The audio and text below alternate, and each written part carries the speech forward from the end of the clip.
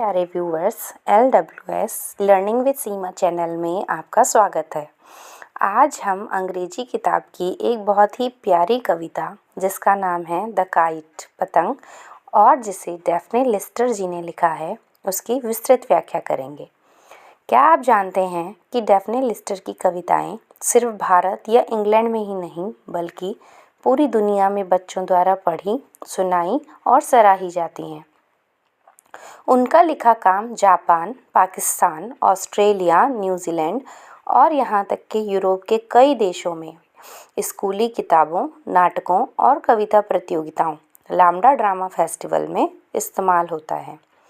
इससे पता चलता है कि बच्चों की कल्पना और खुशी से भरे उनके विषय यूनिवर्सल हैं, यानी हर जगह के बच्चे उनसे जुड़ाव महसूस करते हैं। यह कविता न केवल पतंग के बारे में है बल्कि यह हमें आज़ादी, ऊंचाई छूने के सपने और जीवन की छोटी छोटी खुशियों से भी जोड़ती है। आइए कविता की शुरुआत करते हैं। पहला स्टैंजा, ऊंचाई और सुंदरता। Up in the air see the kites fly like coloured birds in the wind webbed sky. कवि कहती हैं, ऊपर हवा में देखो, पतंगे उड़ रही हैं। इन पतंगों की तुलना रंग बिरंगे पक्षियों से की गई है जो तेज हवा में लहराते हुए आसमान विंड वेब्ड स्काई में उड़ रहे हैं। पतंगों को उड़ता देख ऐसा लगता है जैसे आसमान में रंगीन पंछियों का झुंड हो। यह दृश्य कितना मनमोहक और आकर्षक होता है ना? पतंग हवा की शक्ति का इस्तेमाल करके अपनी उड़ान को बनाए रखती है।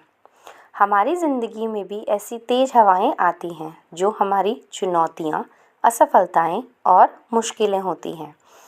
लेकिन जिस तरह पतंग तेज़ हवा को अपनी ताकत लिफ्ट बनाकर ऊपर जाती है, हमें भी अपनी मुश्किलों को अपनी सीढ़ी बनाना चाहिए। यह स्टैंजा हमें सिखाता है कि संघर्ष ही हमें ऊंचाई देता है और जब हम संघर्ष में भी मुस्कुराते हैं तो हम दुनिया के लिए एक रंगीन और खूबसूरत पक्षी की तरह दिखाई देते हैं। दूसरा स्टैंजा, कल्पना और इच्छा। I wish I were small and light as air. I would climb on a kite and sail up there.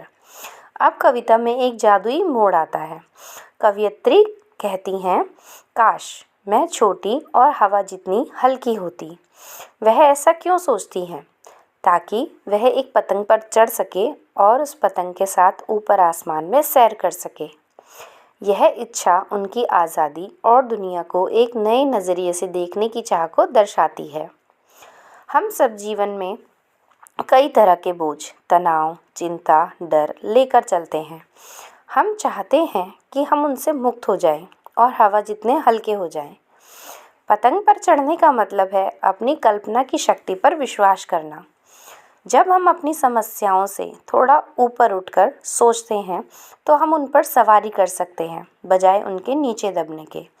यह हमें सिखाता है कि सपनों की कोई सीमा नहीं होती और हमें अपने सपनों को उड़ान देने के लिए हल्का, चिंता मुक्त होना ज़रूरी है। तीसरा स्टैंजा, प्रकृति का संगीत। Then I would drift upon the paper wings and hear the songs that the wild wind sings. जब कवयित्री पतंग पर चढ़कर ऊपर पहुंच जाएगी तो वह क्या करेगी? वह पतंग के कागज़ के पंखों पर आराम से बहती ड्रिफ्ट अपॉन रहेगी। यहाँ ड्रिफ्ट शब्द आराम और बिना किसी चिंता के घूमने की भावना को व्यक्त करता है। और सबसे खास बात, वह तेज हवा वाइल्ड विंड के उन गीतों को सुन पाएगी जो हवा गाती है। क्या आपने कभी हवा की आवाज़ को ध्यान से सुना है? यह कभी सरसराहट तो कभी एक धीमी धुन की तरह लगती हैं। भाग दौड़ वाली ज़िंदगी में हम अंतरात्मा की आवाज़, इनर वॉइस और प्रकृति की शांति को सुनना भूल जाते हैं। ऊपर बहने का मतलब है जीवन के संघर्षों के बीच भी शांति का एक पल ढूंढना। यह स्टैंजा हमें सिखाता है कि जब हम थोड़ी देर के लिए शांत होते हैं तो हम अपने आसपास की दुनिया, प्रकृति और अपने अंदर के सकारात्मक संगीत को सुन पाते हैं। हमें अक्सर अपने जीवन की डोर को थोड़ा ढीला छोड़कर आराम से बहने की ज़रूरत होती है। चौथा स्टैंजा, एक नया दृष्टिकोण। What fun it would be to look right down over the park and the rooftop of the town. पतंग से नीचे देखने का अनुभव कैसा होगा? कवयित्री कहती हैं, कितना मज़ा आएगा। What fun it would be. ऊपर से वह नीचे पार्क और शहरों की छतों रूफटॉप ऑफ टाउन को देख पाएंगी। जब हम किसी ऊंची जगह से नीचे देखते हैं तो सभी लोग और चीज़ें बहुत छोटी दिखाई देती हैं। यह स्टेंजा पर्सपेक्टिव का महत्व बताता है।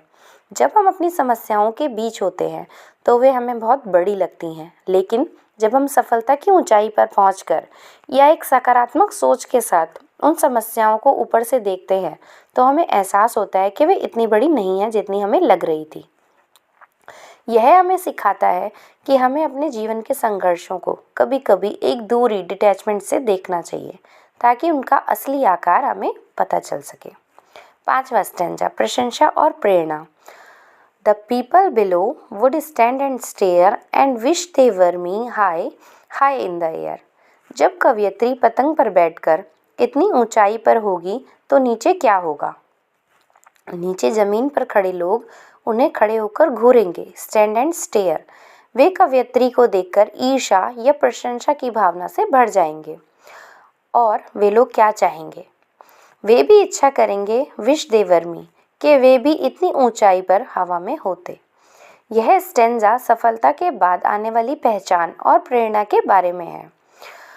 जब आप अपने जीवन में कड़ी मेहनत, सकारात्मकता और साहस के बल पर ऊंचाई हासिल करते हैं तो आप न केवल अपने लिए बल्कि दूसरों के लिए भी एक प्रेरणा बन जाते हैं। लोग आपको देखते हैं, आपकी सराहना करते हैं और आपकी तरह बनने की इच्छा रखते हैं। हमें हमेशा एक ऐसी ऊंचाई पर उड़ान भरनी चाहिए कि हम दूसरों को भी सपने देखने के लिए प्रेरित करते रहें। द काइट कविता हमें सिखाती है कि हमारी कल्पना की कोई सीमा नहीं है। पतंग हमें ऊंचाई छूने के साहस, आज़ादी के एहसास और जीवन को एक नए दृष्टिकोण से देखने के लिए प्रेरित करती है। यह हमें यह भी याद दिलाती है कि हम सब में एक पतंग है जो उड़ने के लिए तैयार है। बस हमें हवा का इंतज़ार करना है और डोर को मजबूती से थामे रखना है। तो प्यारे व्यूवर्स, आपको यह कविता कैसी लगी? द काइट कविता वास्तव में मानवीय आत्मा की उड़ान है। पतंग हमें याद दिलाती है कि जीवन की हर मुश्किल हवा हमारे लिए ऊंचाई छूने का मौका हो सकती है। बस ज़रूरत है बच्चों जैसा साहस, सकारात्मक कल्पना और अपनी डोर, लगन को मजबूती से थामे रखने की। तो प्यारे व्यूवर्स, आपको यह कविता और जीवन से जुड़ा गहरा अर्थ कैसा लगा? क्या आप भी अपनी ज़िंदगी की पतंग को आज एक नई ऊंचाई देंगे? क्या आप भी कभी पतंग पर सवार होकर आसमान में उड़ना चाहेंगे? मुझे कमेंट करके ज़रूर बताइए। अगर आपको विस्तृत व्याख्या पसंद आई है तो प्लीज़ लाइक, शेयर और सब्सक्राइब करना ना भूलें। मिलते हैं अगली वीडियो में एक और शानदार कविता या पाठ के साथ। तब तक के लिए खुश रहिए और उड़ते रहिए। धन्यवाद।